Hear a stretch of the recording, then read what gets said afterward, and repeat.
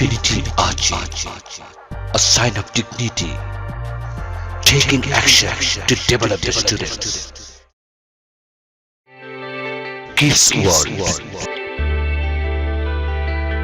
It's time to move up. Get smart. Learn English. Get a lifestyle. Hi guys, welcome to Infinity Archie. Today I'm here to inform you something about spoken English and its importance.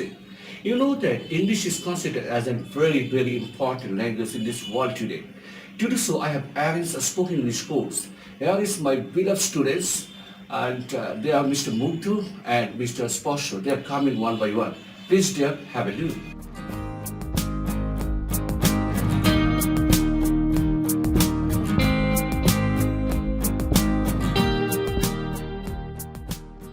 Hi guys, good afternoon. Nice to meet you. It's me, Mugdha. I am a student of class 8 in Melbourne Public School. My family consists 4 members. They are my father, my brother, my mom and me. My father is a businessman and my mother is a politician. My favorite hobby is playing guitar. I love to play classical songs and I also love to play rock songs.